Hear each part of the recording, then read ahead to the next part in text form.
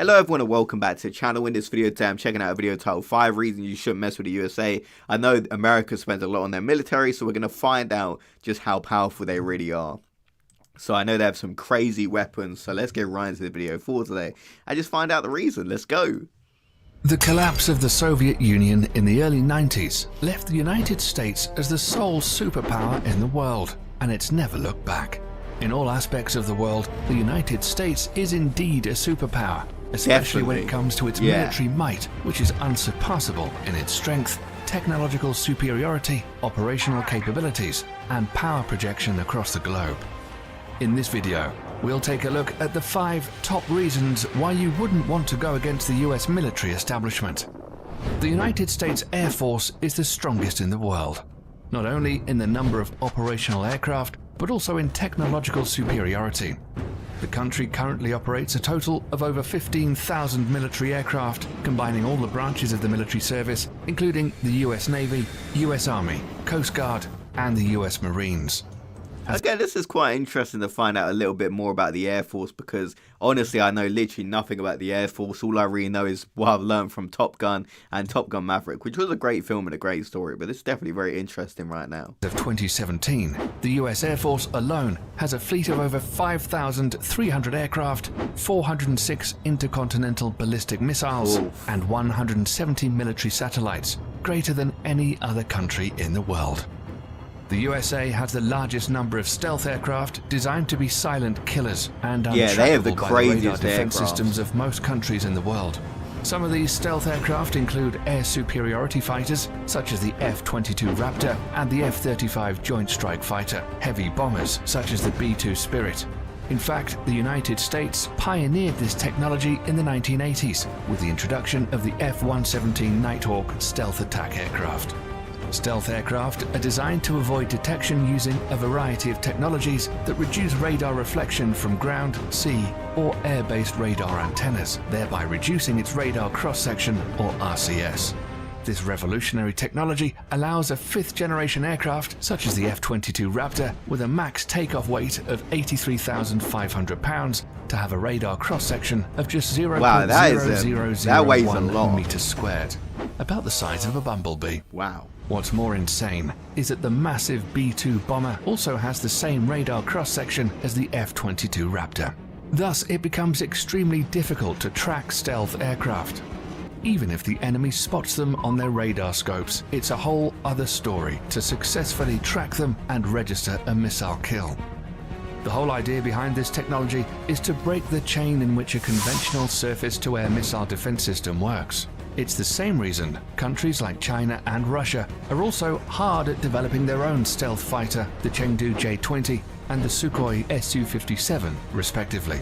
These aircraft will allow the US Air Force to assert its air superiority over any battlefield of the future, and we all know that control of these skies is the biggest decider in any war. The next reason why any country going to war with the US military should think twice is because of the strength of the US Navy and its dominance over the world's ocean, especially the Navy's supercarriers. The US Navy currently operates 11 nuclear-powered Nimitz-class supercarriers, which is the largest... Wow, nuclear-powered. That's very interesting.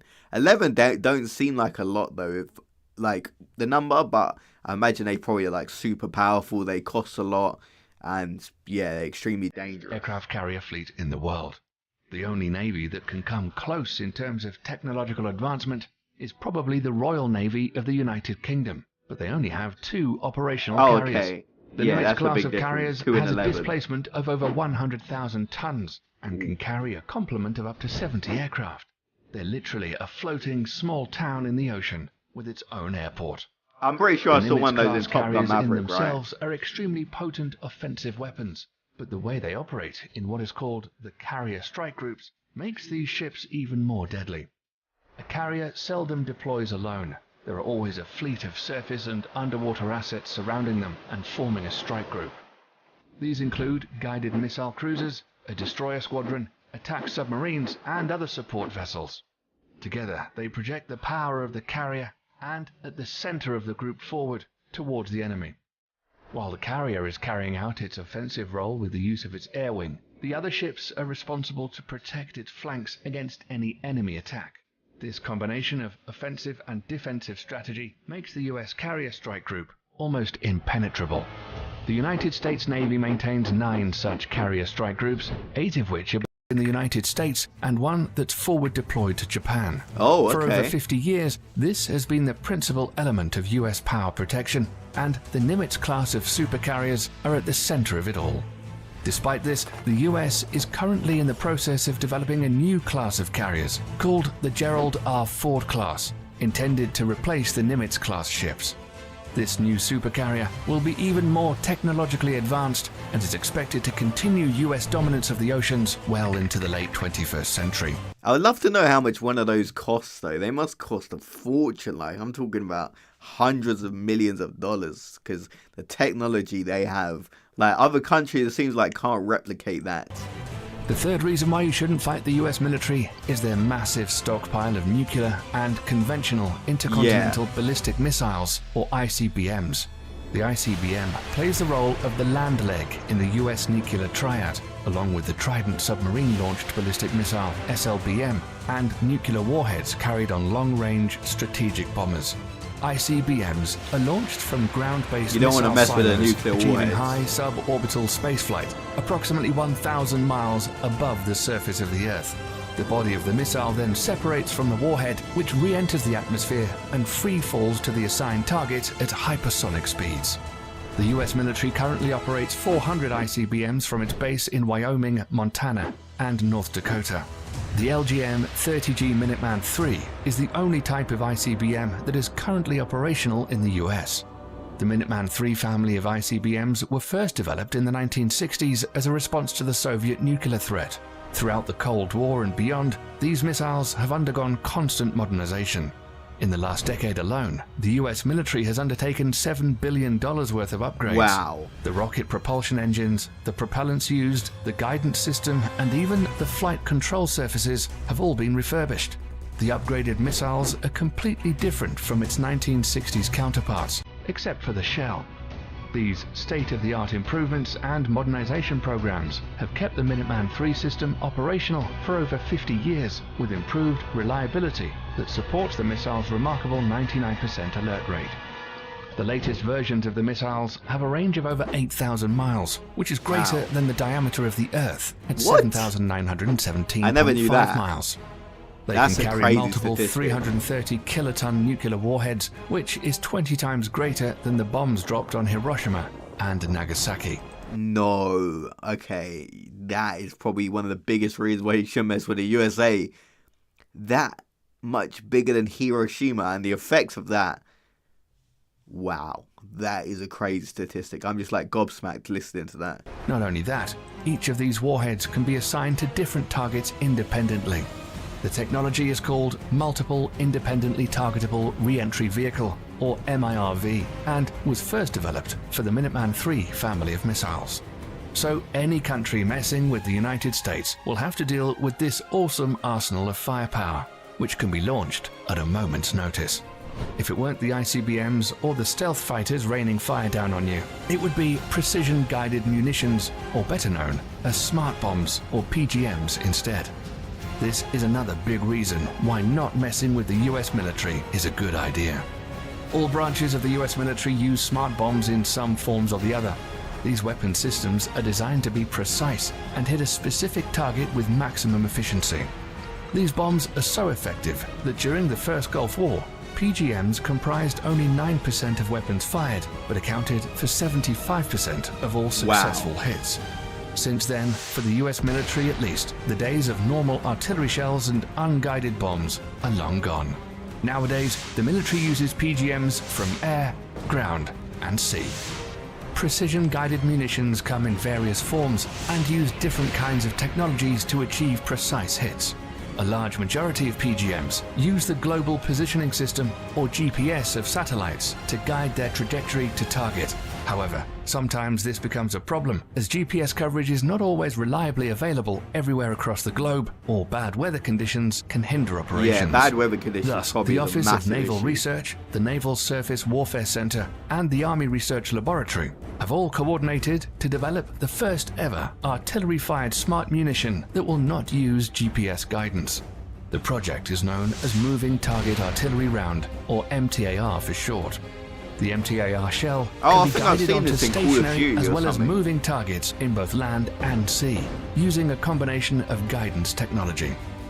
The best part is that these shells can be fired from the existing M777A2 155mm towed howitzer and the M109A7 Paladin Integrated Management self-propelled 155mm artillery systems already in use by the US military. The shells will also feature an extended range of 40 to 60 miles, using rocket boosters to propel them.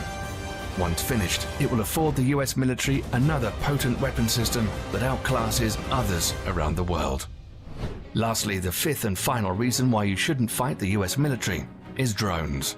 We're all familiar with what an unmanned aerial vehicle or drone is the and drone what it's strikes. supposed to do. But in recent years, the usability of UAVs are steadily increasing to encompass all spheres of military operations, and the US military is the pioneering spirit behind it. At first, used only for surveillance missions, drones were quickly weaponized after the 9/11 attacks and have been extensively used by the US military in the war against terror as an offensive weapon platform. It's forecasted that over the next decades, the US is in line to purchase over 1,000 combat drones of various classifications. Some of them, like the Lockheed Martin RQ-170 Sentinel and the Boeing MQ-25 Stingray, are already in the final stages of development, and once finished, will provide the US military with state-of-the-art platforms capable of multi-role operations, ranging from attack missions to aerial refueling. Drone technology has reached such heights today that a single UAV can loiter miles above the surface of the Earth for hours, waiting for the target to show its head. if you play Call of Duty, you know what a UAV is, right? This capability will allow all the services under the US military to reduce its dependency on manned platforms, thereby reducing the risks during future combat operations. That's a good thing for the These soldiers. 5 weapon systems make the US military extremely dangerous for any adversary looking to get into a conflict with them. In a conventional warfare setting, it's almost impossible to beat the US military machine. That's why modern enemies of the United States are employing more and more asymmetric warfare strategies against the mighty US military. Despite that, the US military juggernaut is hands down the most powerful military complex in the world today, and probably will be for decades to come. That's all we have for you today, folks. Thanks for sticking around till the end. If you liked the video and want to stay up to date on cool military stuff like this, then click the subscribe button and also click the notification bell, and you'll be the first to know the next time we release a video. Thanks for watching. Okay, so that was a very good video about the 5 reasons why you shouldn't mess with the USA, and it's kind of crazy that they have these weapons in the world, because literally you kind of need them, because every country, if like they sense a weakness, especially in the United States, they're going to take advantage of that. So the fact that it's so advanced of so many different countries as well, very, very interesting to see the weapons that technology has, like the UAV being like a killing machine now. Obviously, the fact that there's a weapon out there that could do more damage than was done in Hiroshima, just like easily disposable like that, is kind of crazy. So if you guys want more reaction videos like this, let me know. It's kind of an interesting video. I was kind of sitting there listening and kind of taking it all in, because I find stuff like this just so interesting. So if you guys want to give me some more suggestions like this, drop a like on the video, subscribe to the channel, and I'll see you guys in the next video. Have a great day, everyone.